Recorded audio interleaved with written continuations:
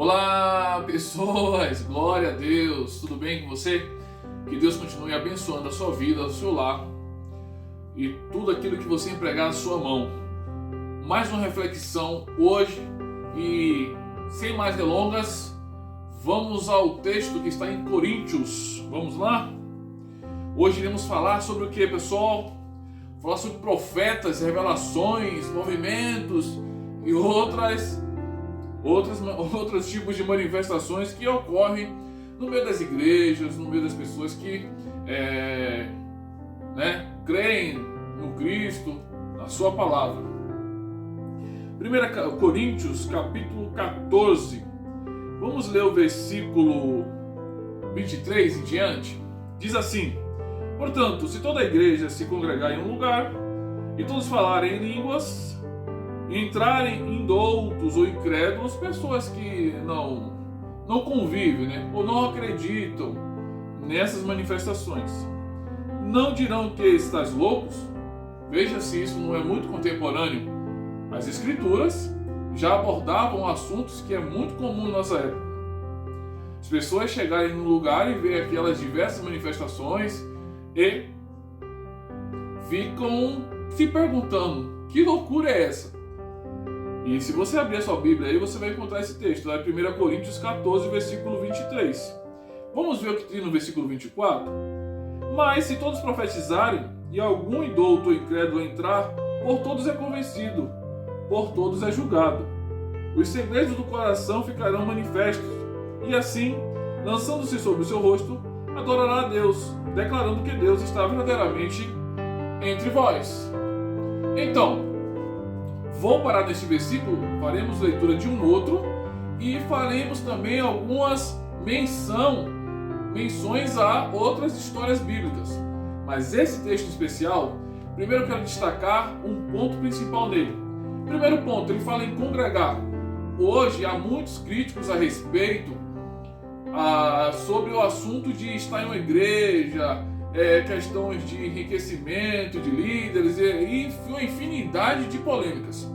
Mas não apesar dos problemas que onde há indivíduos ou pessoas, haverá imperfeições. Isso não significa que não é interessante congregar, se reunir. As pessoas vão a escolas, faculdade, no trabalho. A sociedade em si exige reuniões, exige troca de informações, A sociedade é feita disso. As famílias são feitas de relações entre indivíduos de diferentes idades, pensamentos e etc. Então, não é porque é uma igreja em que se tem maior evidência de alguns problemas, ou por ser uma religião de maior notoriedade, que devemos tirar o crédito de qualquer reunião ou espaço em que se cultua ao Deus Criador dos céus e da terra. Então, primeiro ponto aqui nesse texto é a reunião e a congregação. Segundo ponto, nós vemos as manifestações que ocorrem nesse lugar. Dentre elas, línguas desconhecidas, que é muito comum hoje. Inclusive há aí uma infinidade na internet de vídeos e outras mais manifestações em que se vê esse tipo de evento, ou por que não dizer de comportamento. Jefferson, qual que é a sua interpretação, já que nos traz essa palavra sobre esse tipo de manifestação? A Bíblia nos conta, e há um texto, hoje com o auxílio do Google, se você o fizer em casa, verá onde está escrito. Há um texto que diz que o espírito do profeta, veja, o espírito do profeta está sujeito ao profeta. Então, fala do espírito do profeta, não é o Espírito Santo. Tem muitas pessoas que ainda o associam a uma manifestação vinculada ao Espírito Santo. Eu posso dizer com toda segurança que esse tipo de manifestação é uma manifestação do espírito do profeta. A pessoa entra em uma espécie de êxtase, a pessoa entra em uma espécie de movimento espiritual em que o seu ser se você vibra, ele fica em um estado de alegria extremo, onde a pessoa consegue ela reage de uma maneira diversa. Você vê um jogador de futebol, para comemorar um gol, ele dá cambalhota, ele salta, ele pula, ele bate no peito. As pessoas na sociedade, de um modo geral, em seus espaços, elas têm reações, a depender do seu estado de alegria, em que ela explode de uma forma, cada um de sua maneira. E é muito semelhante isso no meio da igreja. Só que algumas pessoas, não conhecendo da matéria, elas usam referências ou trazem comentários que acabam até prejudicando ainda mais o entendimento desse fenômeno ou desses eventos. E dentro desse entendimento, você entende aqui o apóstolo Paulo, que é o possível autor deste texto, ele dizendo o quê? Aí entraremos no eixo e no cerne, no centro do assunto: profetas, manifestações e revelações no meio da igreja. E o que é que tem de importante nesse ponto? Paulo diz assim: se a pessoa chegar dentro da igreja, ela não tem conhecimento das coisas sagradas ou não tem conhecimento dos eventos que ocorrem aí, se vocês, pelo Espírito ou por revelação, que é proveniente de um dom, uma manifestação que não é para todo indivíduo. Alguns indivíduos que têm um dom de revelação ou uma profecia. Você já está dizendo de dons e tal.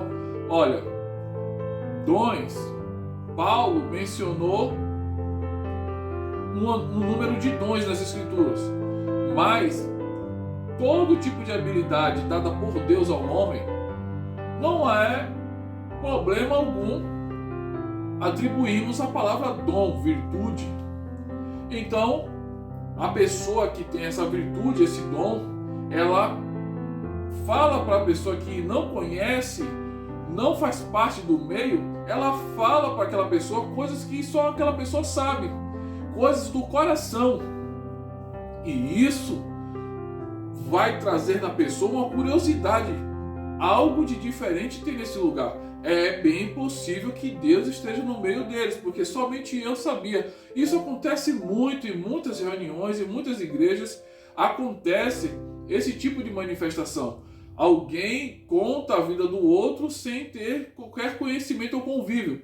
Isso é típico de alguém que tem a qualidade de um profeta, profetisa, ou dom, como é também popularmente chamado, dom de revelação. E qual é a finalidade deste tipo de evento na igreja? Pelo que vimos aqui o apóstolo comentar, a finalidade é única. É fazer com que as pessoas... É um sinal para demonstrar às pessoas a manifestação de Deus naquele meio. E que Deus ele trabalha no meio do seu povo. É um sinal, exatamente um sinal.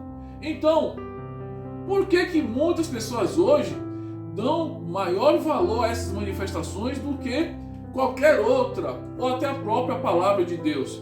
Porque cria-se um vício, cria-se uma dependência por manifestações iguais a essa. Eu só admito que Deus me tocou ou falou comigo se alguém mostrar ou trazer à tona segredos do meu coração ou da minha vida. Então isso não pode ser levado dessa forma. E basicamente esse tipo de manifestação é para pessoas que não têm qualquer conhecimento ou vivência com as manifestações espirituais atribuídas à igreja. Glória a Deus. Então, é isso, meus amados e amigos.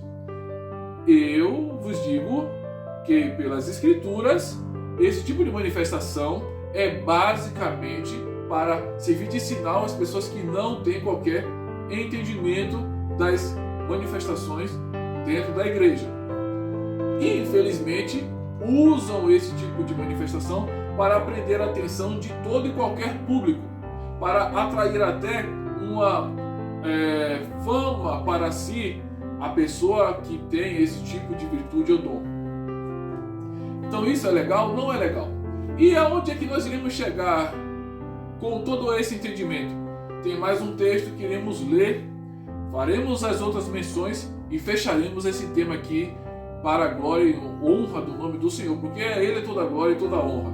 Então, vamos crescer ainda mais na graça e no conhecimento. Glória a Deus. Vamos lá para Reis, o livro de Reis, capítulo de número 13, primeiro livro de Reis, está no Antigo Testamento, capítulo 13, versículo de número 20. Estando eles à mesa, veio a palavra do Senhor ao profeta que tinha feito voltar. E clamou ao homem de Deus, que viera de Judá: assim diz o Senhor, porque foste rebelde à palavra do Senhor, e não guardaste o mandamento, que o Senhor teu Deus te mandara, antes voltaste, comeste o pão e bebeste água no lugar de que te dissera: não comerás pão nem beberás água. O teu cadáver não entrará no sepulcro de teus pais.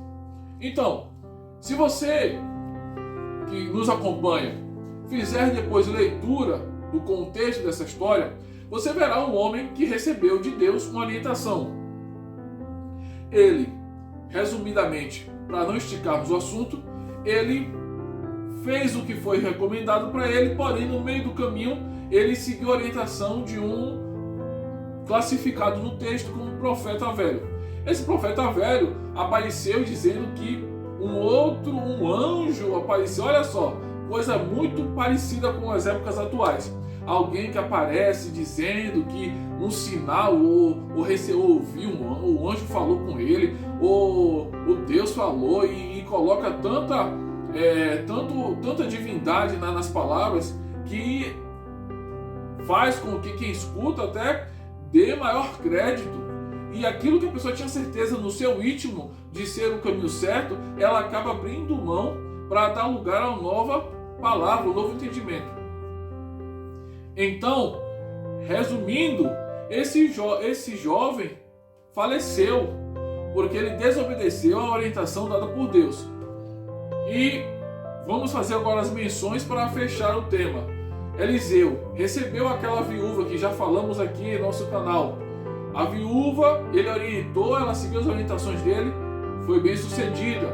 Moisés foi escolhido por Deus no meio do povo como um profeta, como alguém um líder espiritual, que estava ali para guiar o povo sobre o certo e o errado.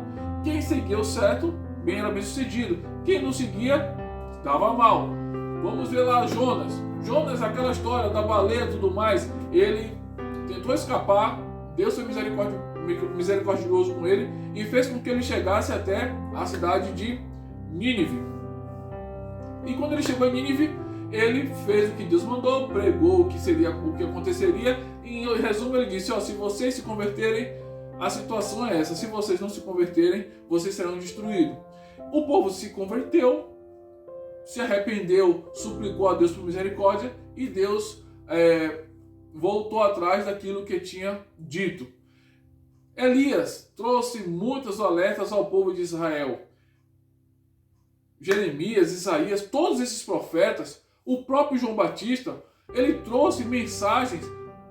Todos os profetas trouxeram mensagens de arrependimento, ou de alerta, ou de orientação, sempre no sentido de orientar, guiar. Então, resumo, um profeta, ou aquela pessoa que traz uma revelação, nada mais é do que um guia, alguém para lhe mostrar um caminho, alguém para lhe trazer uma luz, alguém até para lhe mostrar que Deus está lhe observando por meio de uma revelação, como é muito comum hoje. Alguém que lhe conta a vida, que fala o que passa-se com você e só você sabe.